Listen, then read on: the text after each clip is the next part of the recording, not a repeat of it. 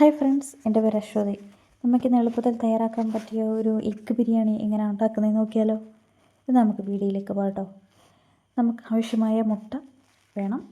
ഞാനിവിടെ ഒരു 8 മുട്ട എടുത്തിട്ടുണ്ട് കേട്ടോ. കുക്കറിലാണ് വെക്കുന്നത്.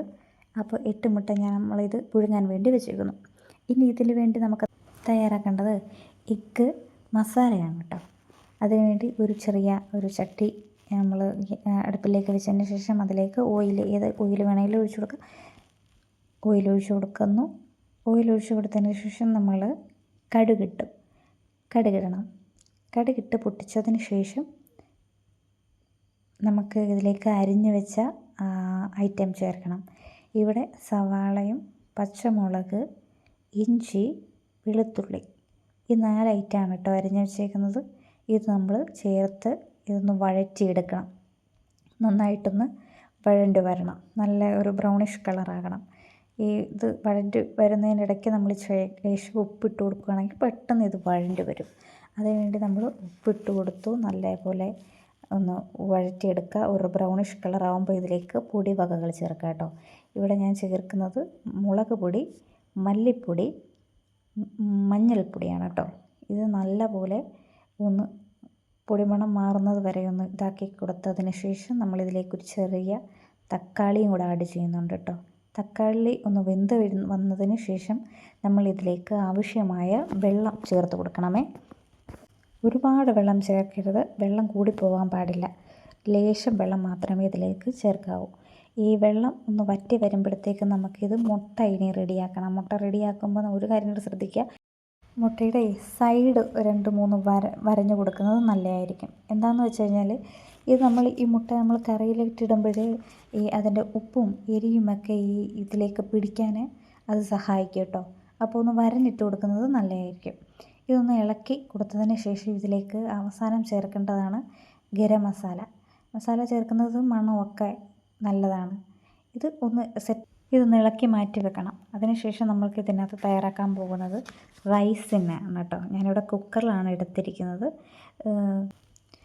അതെടുത്തതിന് ശേഷം നമ്മളിതിലേക്ക് നെയ്യ് ആഡ് ചെയ്യുക. നെയ്യോ അല്ലെങ്കിൽ ഓയിലോ എന്താണെന്ന് വെച്ചാൽ നിങ്ങളുടെ ഇഷ്ടം പോലെ ആഡ് ചെയ്യുക. അതിലേക്ക് നമുക്ക് മസാലക്കൂട്ട് ചേർക്കണം.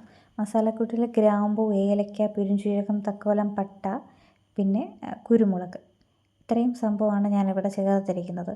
അതൊന്ന് ചെറുതായിട്ട് പൊട്ടി വന്നതിന് ശേഷം ഇതിലേക്ക് നമുക്ക് ഇനി ചേർക്കേണ്ടത് ഇഞ്ചി വെളുത്തുള്ളി ചതച്ചതാണ് കേട്ടോ. ഇഞ്ചി വെളുത്തുള്ളി പേസ്റ്റോ എന്തെങ്കിലും ഇഷ്ടം പോലെ ചെയ്യുക. ഇഞ്ചി വെളുത്തുള്ളി ചേർത്തതിന് ശേഷം ഇതിലേക്ക് ഞാൻ ചെറിയ ഒരു സവാള ചെറുതായിട്ട് അരിഞ്ഞത് ഇവിടെ ചേർക്കുന്നുണ്ട്. ചേർത്തതിന് ശേഷം നന്നായിട്ട് ഒന്ന് വഴണ്ട് വരണം. ഇഞ്ചിയും വെളുത്തുള്ളിയും നമ്മളിട്ടേക്കുന്ന സവാളയെല്ലാം ഒന്ന് വഴണ്ട് വന്നതിന് ശേഷം അരി ഇടുക കേട്ടോ. നിങ്ങളുടെ കയ്യിൽ ഏതരിയാണോ ഉള്ളത് ആ അരി ഇടുക. അപ്പോൾ ആ അരി ഇട്ടതിന് ശേഷം വെള്ളം ഒഴിക്കരുത്. പെട്ടെന്ന് ഒരു ചെറിയ ഒരു 2 സെക്കൻഡ് ഒന്ന് എണ്ണയിൽ കിടന്ന് ജസ്റ്റ് ഒന്ന് ചൂടാകണം. ഒന്ന് ഇളക്കി കൊടുക്കുക. അതിനുശേഷം നമ്മളിതിലേക്ക് വെള്ളം യോജിപ്പിക്കുക. വെള്ളം ഒഴിച്ച് നിങ്ങൾ എത്ര അരിയാണോ എടുത്തിട്ടുള്ളത് അതിനനുസരിച്ചുള്ള വെള്ളം അതിലേക്ക് ഉപ്പ്, ഒരു ലേശം ഗരം മസാല ഇട്ടതിന് ശേഷം നമ്മൾ ഇതിലേക്ക് ആഡ് ചെയ്യുന്നത് ഒരു നാരങ്ങയാണ് കേട്ടോ. ഒരു ചെറിയ അരമുറി നാരങ്ങ എൻ്റെ നീര് പിഴിഞ്ഞൊഴിക്കണം. ആ 3 ഐറ്റവും ചേർന്നതിന് ശേഷം ഇത് നന്നായിട്ട് ഇളക്കി കൊടുക്കുക. നല്ലപോലെ ഒന്ന് ഇളക്കി കൊടുത്തിട്ട് അത്രയും മതി. അതിനുശേഷം നമ്മളിത് അടച്ചു വെച്ച് വേവിക്കുക. എൻ്റെ അരിക്ക് ഒരു വിസിലിൻ്റെ ആവശ്യമുള്ളായിരുന്നു. ഒരു വിസിൽ വരെ മതിയായിരുന്നു. ഒരു വിസിലിനുള്ളിൽ വെന്ത് കിട്ടി. അപ്പോൾ ഒരു വിസിൽ വരെ വെയിറ്റ് ചെയ്യുക. അത് കഴിഞ്ഞ് റെഡിയാകുമ്പോൾ നല്ല വെളുത്ത് നല്ല ആയിട്ട് വെന്ത് കിട്ടും. അത് കഴിഞ്ഞിട്ട് നമുക്കിതൊന്ന് ഫില്ല് ചെയ്യുന്നത് എങ്ങനെയാണെന്നൊന്ന് കണ്ടാലോ.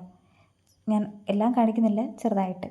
ആദ്യം നമ്മൾ റൈസ് ഇടുക. അതിൻ്റെ മണ്ടയ്ക്കത്തേക്ക് അണ്ടിപ്പരിപ്പ്, മുന്തിരിങ്ങ, അതുപോലെ തന്നെ സവാള അതൊന്ന് വറുത്തെടുത്തതാണ് നമ്മളിതിലേക്ക് മുകളിൽ ചേർക്കുന്നത്. അതിന് ശേഷം മല്ലിയില. ഞാൻ എല്ലാം കാണിക്കുന്നില്ല. ഇതുപോലെ തന്നെ കണ്ടിന്യൂ ചെയ്യുക. മുട്ടയുടെ ഇത് തന്നെ ഇങ്ങനെ കണ്ടിന്യൂ ചെയ്യുക. അതിന് ശേഷം ഇതെല്ലാം ഫില്ല് ആയതിന് ശേഷം നല്ല അടിപൊളിയായിട്ട് ഇങ്ങനെ കിട്ടും. നിങ്ങളിതൊന്ന് ഉണ്ടാക്കി നോക്കിയേച്ച് ഇഷ്ടപ്പെടുവാണെങ്കിൽ സപ്പോർട്ട് ചെയ്യുക, ലൈക്ക് ചെയ്യുക, സബും.